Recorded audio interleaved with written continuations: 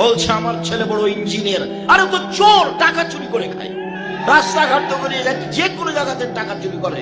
আপনি যে ছেলে মেয়ে মানুষ করলেন কেন? চোর বানানোর জন্য, প্রতারকের জন্য, ধোঁকাবাজের জন্য, জাতির জন্য ছেলে মানুষ করেন। আরে মানুষ করবেন কি দিয়ে? ও তো স্কুলে ঢুকলেই বলে ও কালিমা তোমার আকাশ, ও কালিমা তোমার বাতাস।